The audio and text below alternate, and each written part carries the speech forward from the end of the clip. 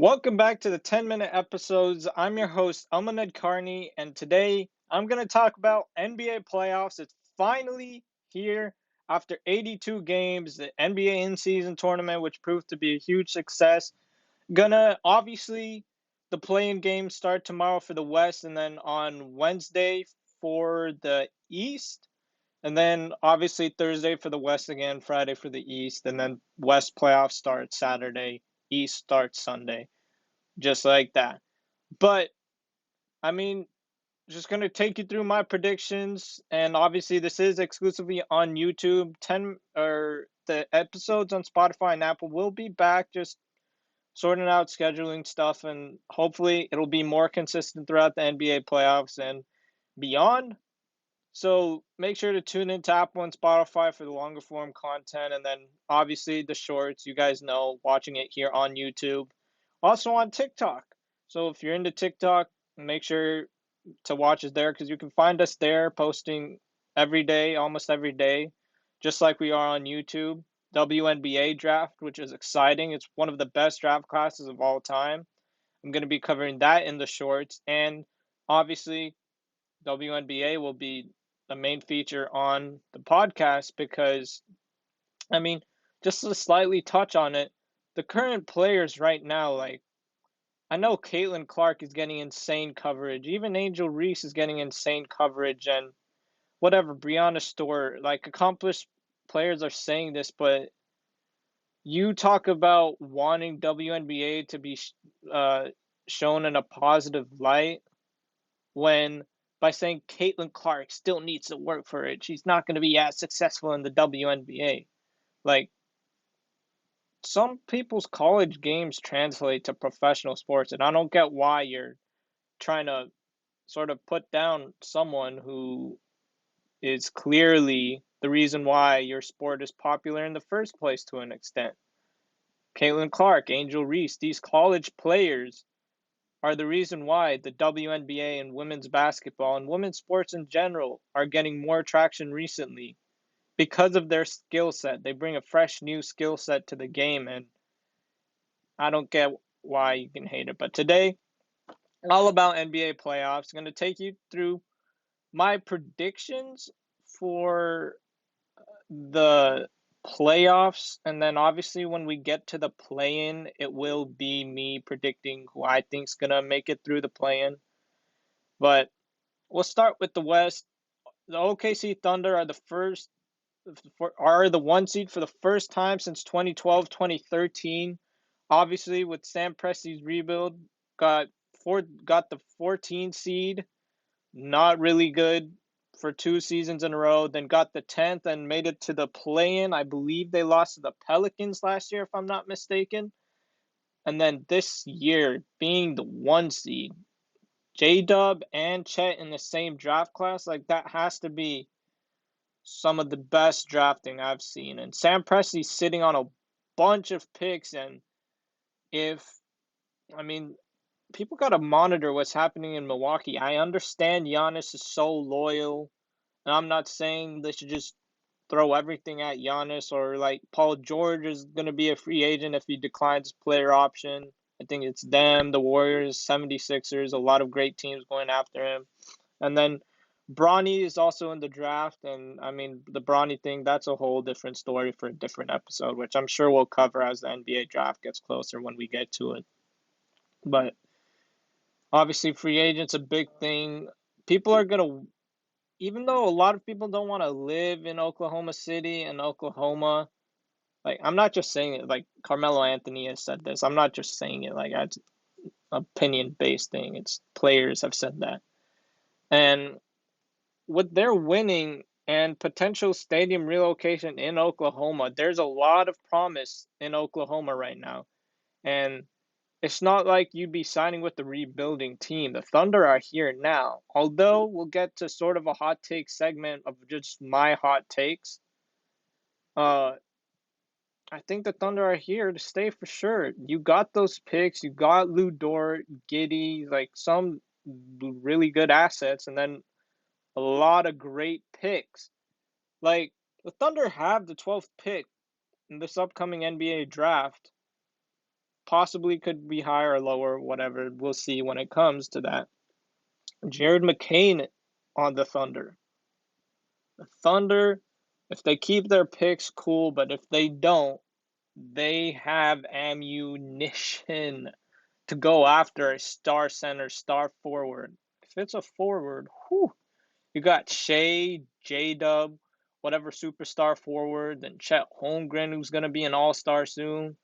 Like, people forget just because of Wemby's all world rookie season, which I feel like we all saw coming to an extent, people forget in every other draft class, in most draft classes, Chet would have been rookie of the year, but obviously it's Wemby.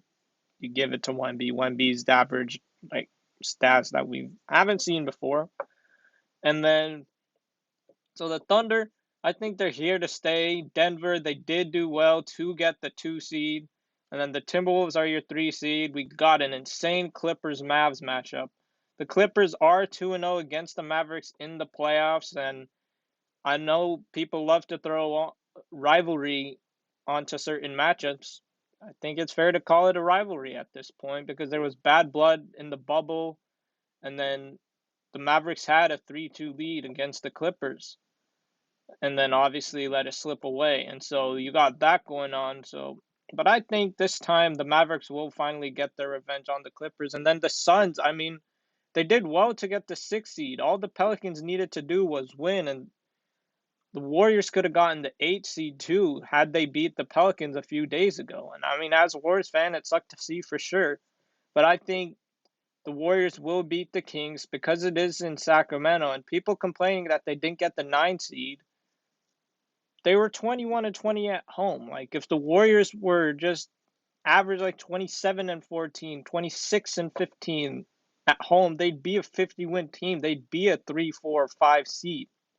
And obviously that didn't happen. It's whatever. We'd like to reflect on things, but I think the Warriors do beat the Kings, and because these games are on the road, believe it or not, I think they win for sure. But the most entertaining part about this is that the last 3 matchups against the Sacramento Kings or something like that has been decided by a single point. Obviously, a chance to win it on the road as an 8 seed to get the 7 seed would be good, but this leads me into my next hot take segment. If the Warriors get the 8 seed, assuming the Lakers get the 7 seed, I think the Nuggets do hold on, but the Nuggets Lakers, that's the only way we can get a competitive round. Obviously, the Pelicans, I can't imagine them losing by like 20 or getting dominated the way they did again. I can't imagine that. But Lakers Nuggets, that's the only way to make that round entertaining. And only if the Warriors are the 8 seed, which again, I think they will. Steph is rested, Draymond's rested, Clay's turning a corner. I think they beat the Thunder. I did say the Thunder are here now, but experience prevails a lot in the playoffs. That's why the Nuggets beat the Heat in the finals. Obviously, the Heat have been to the finals before that too, but the the Nuggets have just insane chemistry, insane collection of experience. So that's why they beat the Heat. The Warriors, Celtics, I think it's fair to agree that the Celtics had the better talent, but as LeBron said, it's IQ, chemistry, and experience that prevailed and allowed them to beat the Celtics. 2021, Bucks versus Suns, sort of the teams, the first time they made it to a finals, both their teams actually, like in recent history, obviously they have been in the past, but experience there to an extent. The Lakers over the Heat in the bubble, that's experience. And so a lot of times in the playoffs, playoff success is predicated based on your team's your team's experience. And I know this isn't really a hot take. Evan will touch more on the Eastern Conference tomorrow, I believe. But Philly is healthy, and they've gone 9-1 in their last 10 games or something like that, or 8-2. It's like whatever their record is, I know they've won a lot with Embiid, and I think they do beat the Miami Heat and get the 7 seed, and then Miami Heat beats, let's just say, I think the Bucks win. I think not Bucks. I think the Chicago Bulls beat the Atlanta Hawks because the Hawks are just a mess. They'll move on from Trae Young, DeJounte Murray. I thought it was going to be a great backcourt, but there isn't really much outside of them and Jalen Johnson. They're sort of a mess right now. I'll just leave it at that. So and then I think Miami against Chicago again in the play-in, just like last time. I'm pretty sure 3 out of the 4 playing teams in the East are same as last year, which is kind of funny because I know the Bulls were in it, the Hawks were in it, and the Bulls, Hawks, and Heat were in it for sure. Obviously, Philly wasn't there, but and then I mean Milwaukee's a mess, man. I know Giannis will be back, but his injury, like you don't rush someone from a calf strain because when the Warriors did it, KD actually tore his Achilles. So it's maybe Giannis is out for the first few games of the playoffs, and they are playing the Pacers. I mean, the Pacers have owned them in the regular season, and like I said, experience prevails. Dame, I mean, might request a trade in the offseason. I don't know because the Bucks have just been a mess all season. If Adrian Griffin lost the locker room, then I mean, what's happening with Doc Rivers? Because he's never taken blame for anything. And obviously, don't want to get too opinionated. He did have that one ring in '08 or '09, I believe, with the Boston Celtics. But then, other than that, he's lost 3-1 leads. And obviously, some of it's on player personnel. Not everything can be on the coach. Obviously, substitution patterns, whatever it is, could be on a coach and everything like that. But in terms of like team success and everything, I think you can argue Doc Rivers hasn't really experienced that since the ring, where he had a prime Kevin Garnett, prime Rondo, prime Paul Pierce, prime Ray Allen, and then a lot of great pieces around that. And so what's happening in Milwaukee? Because there's no way Doc Rivers still has the locker room. I think, do you move on from him again? Send him back to ESPN? And it's unfair to Adrian Griffin because obviously he took the job. At the time he took the job, the Bucks were the 2 seed in the East, and obviously they're the 3 seed, but they struggled a lot. Like 49 and 33, that's good for to be the 6th, 7th seed in the West. And I mean, the Western Conference has the superstars, more competitive than the East. It's not breaking news. And another hot take, I think with or without Giannis, the Pacers beat the Bucks because the Bucks are just a dumpster fire waiting to happen.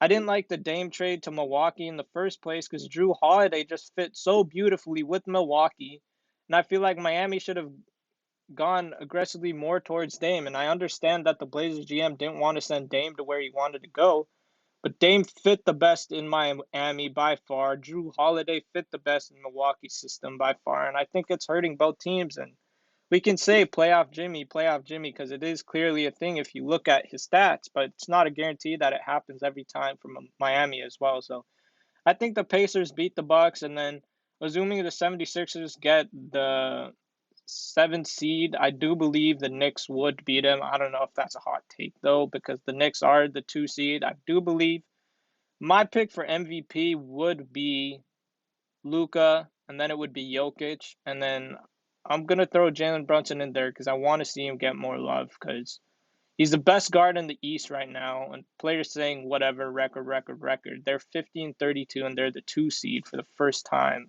in years. So that's just my take on the MVP conversation. But obviously, episode did last longer than 10 minutes. Tune in tomorrow and in future episodes for more NBA playoff coverage. Tune in for the shorts later today, or if you like the long form episodes, see you on Spotify and Apple. Thank you for listening.